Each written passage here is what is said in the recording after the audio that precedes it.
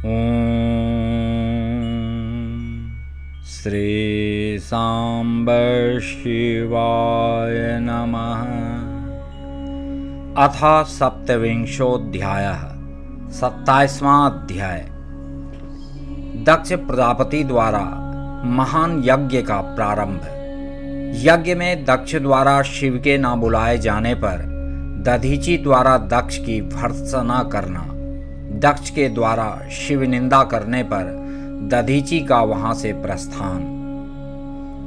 ब्रह्मा जी बोले, हे मुने, एक समय दक्ष ने एक बड़े महान यज्ञ का प्रारंभ किया और दीक्षा प्राप्त उसने उस यज्ञ में सभी देवताओं तथा ऋषियों को बुलाया। शिव की माया से विमोहित होकर सभी महर्षि तथा देवता यज्ञ को संपन्न कराने के लिए आए। अगस्त्य, कश्यप, अत्रि, वामदेव, भृगु, दधीचि, भगवान व्यास, भारद्वाज, गौतम, पैल, पराशर, गर्ग, भार्गव, ककुभ, सित, सुमंतु, त्रिक, कंक और वैशंपायन, ये सब तथा अन्य बहुत से मुनि अपने स्त्री पुत्रों को साथ लेकर मेरे पुत्र दक्ष के यज्ञ में हर्षपूर्वक गए। इनके अतिरिक्त समस्त देवगण, महान अभ्युदयशाली लोकपालगण और सभी उपदेवता अपनी उपकारक सैन्य शक्ति के साथ वहां आए थे। दक्ष ने प्रार्थना करके पुत्र, परिवार और मूर्तिमान वेदों सहित मुझ विश्व स्रष्टा ब्रह्मा को भी सत्य लोक से बुलवाया था। इसी तरह भांति भांति से सादर प्रार्थना करके वैकुंठ लोक से पार्षदों और परिवार सहित भगवान विष्णु भी उस यज्ञ में बुलाए गए थे। इसी प्रकार अन्य लोग भी विमोहित होकर दक्ष के यज्ञ में आए और दुरात्मा दक्ष ने उन सब का बड़ा सत्कार किया। विश्वकर्मा के द्वारा बनाए गए अत्यंत दीप्तिमान, विशाल, बहुमूल्य तथा दिव्य भवन दक्ष ने उन्हें ठहरने के लिए दिए थे। उन भवनों में मेरे तथा विष्णु के साथ वे सभी देव महर्षिगण दक्ष से यथा योग्य सम्मानित हो अपने अपने स्थानों पर स्थिर होकर शोभित होने लगे। उस समय कनखल नामक तीर्थ में आरंभ हुए उस महायज्ञ में दक्ष ने भृगु आदि तपोधनों को ऋत्विज बनाया। संपूर्ण मरुदगणों के साथ स्वयं भगवान विष्णु उस यज्ञ के अधिष्ठाता बने और मैं वेद त्रयी की विधि को बताने वाला ब्रह्मा बना था। इसी तरह संपूर्ण दिक्पाल अपने आयुधों और परिवारों के साथ द्वारपाल एवं रक्षक बने थे। वे सदा कौतूहल पैदा करते थे। स्वयं यज्ञदेव सुंदर रूप धारण करके उनके यज्ञ में उस समय उपस्थित थे और बड़े बड़े श्रेष्ठ मुनि लोग स्वयं वेदों को धारण किए हुए थे। अग्नि ने भी उस यज्ञ महोत्सव में शीघ्र ही हविष्य ग्रहण करने के लिए अपने हजारों रूप प्रकट किए थे। वहां 88,000 ऋत्विज एक साथ हवन करते थे। 64,000 देवर्षि उस यज्ञ में उद्गाता थे। अर्धवायु एवं होता भी उतने ही थे। नारद आदि देवर्षि और सप्तर्षि पृथक पृथक गाथा गान कर रहे थे। दक्ष ने अपने उस महायज्ञ में गंधर्वों, विद्याधरों, सिद्धों, सभी आदित्यों और उनके गणों, यज्ञों एवं नागलोक में विचरण करने वाले समस्त नागों का भी बहुत बड़ी संख्या में वरण किया था।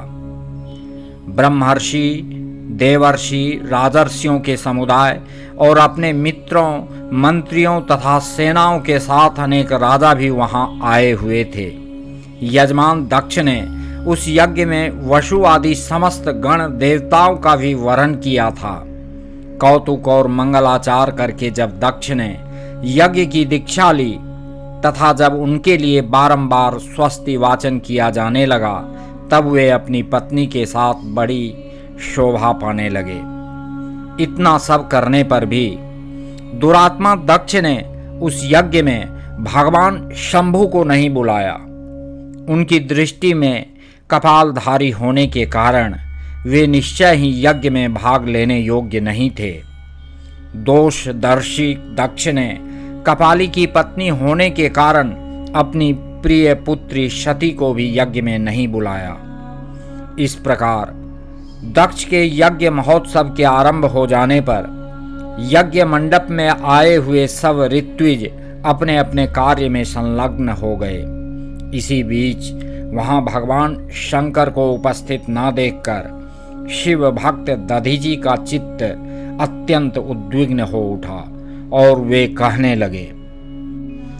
दधीची बोले, हे प्रमुख देवताओं तथा महर्षियों, आप सब लोग प्रसन्नतापूर्वक मेरी बात सुने। इस यज्ञ महोत्सव में भगवान शंकर क्यों नहीं आए हैं?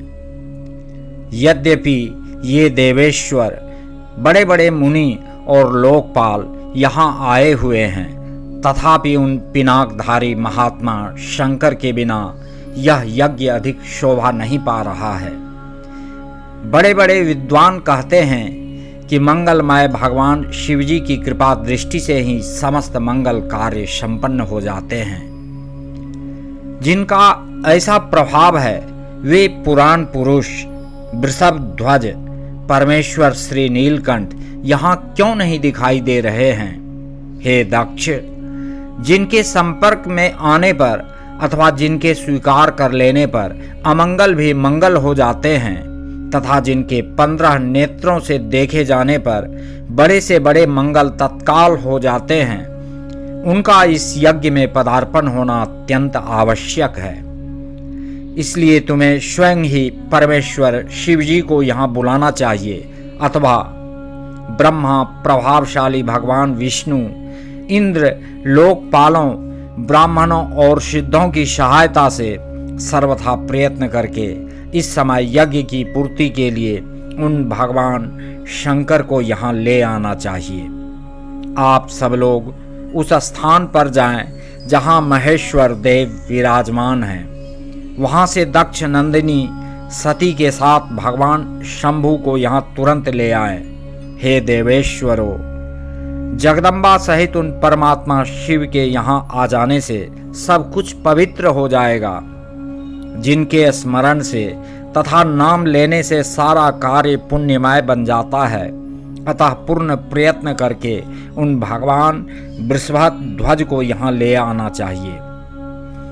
भगवान शंकर के यहाँ आने पर यह यज्ञ पवित्र हो जाएगा, अन्यथा यह अपूर्ण ही रह जाएगा। यह मैं सत्य कह रहा हूँ। ब्रह्मा जी बोले, हे नारद, दधीची का यह वचन सुनकर दुष्ट बुद्धि वाले मूढ़ दक्ष हंसते हुए शीघ्र ही रोष पूर्वक कहने लगे, भगवान विष्णु संपूर्ण देवताओं के मूल हैं, जिनमें सनातन धर्म प्रतिष्ठित है। जब इन्हें मैंने सादर बुला लिया है, तब इस यज्ञ कर्म में क्या कमी हो सकती है? जिनमें वेद, यज्ञ और नाना प्रकार के कर्म प्रतिष्ठित हैं, वे भगवान विष्णु तो यहाँ आ ही गए हैं। लोक पितामह ब्रह्मा सत्यलोक से वेदों, उपनिषदों और विविध आगमों के साथ यहाँ आए हुए हैं। देवगणों के साथ स्वयं देवराज इंद्र भी आए हैं तथा निष्पाप आप ऋषिगण भी यहाँ आ गए हैं। जो जो यज्ञ में सम्मिलित होने योग्य शांत सुपात्र हैं, वेद और वेदार्थ के तत्व को जानने वाले और दृढ़ता पूर्वक व्रत का पालन करने वाले हैं, वे आप सब यहाँ पदार्पण कर चुके हैं। तब हमें यहाँ रुद्र से क्या प्रयोजन है? हे विप्र, मैंने ब्रह्मा जी के कहने से ही अपनी कन्या रुद्र को दी थी। हे विप्र, हर कुलीन नहीं है, उसके माता पिता नहीं हैं। वह भूतों, प्रेतों, पिशाचों का स्वामी अकेला रहता है और उसका अतिक्रमण करना दूसरों के लिए अत्यंत कठिन है। वह आत्म प्रशंसक, मूढ़, जड़, मौनी और ईर्ष्यालु है। वह इस यज्ञ कर्म के योग्य नहीं है, इसलिए मैंने उसको यहाँ नहीं बुलाया है। अतः दधीची जी, आप ऐसा पुनः कभी ना कहें। आप सभी लोग मिलकर मेरे महान यज्ञ को सफल बनाएं। ब्रह्मा जी बोले। दक्ष की यह बात सुनकर दधीची सभी देवताओं तथा मुनियों को सुनाते हुए सार युक्त वचन कहने लगे। दधीची बोले, हे दक्ष, उन भगवान शिव के बिना यह महान यज्ञ भी अयज्ञ है। निश्चय ही इस यज्ञ से तुम्हारा विनाश होगा। इस प्रकार कहकर दधीची दक्ष की यज्ञशाला से अकेले ही निकलकर अपने आश्रम को चल दिए। तदनंतर जो मुख्य शिव भक्त थे तथा उनके मत का अनुसरण करने वाले थे, वे भी दक्ष को शाप देकर तुरंत वहां से अपने आश्रमों को चले गए। मुनि दधीची तथा दूसरे ऋषियों के उस यज्ञ मंडप से निकल जाने पर दुष्ट बुद्धि तथा शिवद्रोही दक्ष मुस्कराते हुए अन्य मुनियों से कहने लगे। दक्ष बोले, दधीची नामक वे शिवप्रिय ब्राह्मण चले गए और उन्हीं के समान जो दूसरे थे वे भी मेरे यज्ञ से चले गए। यह तो बड़ा अच्छा हुआ। मुझे सदा यही अभिष्ट है।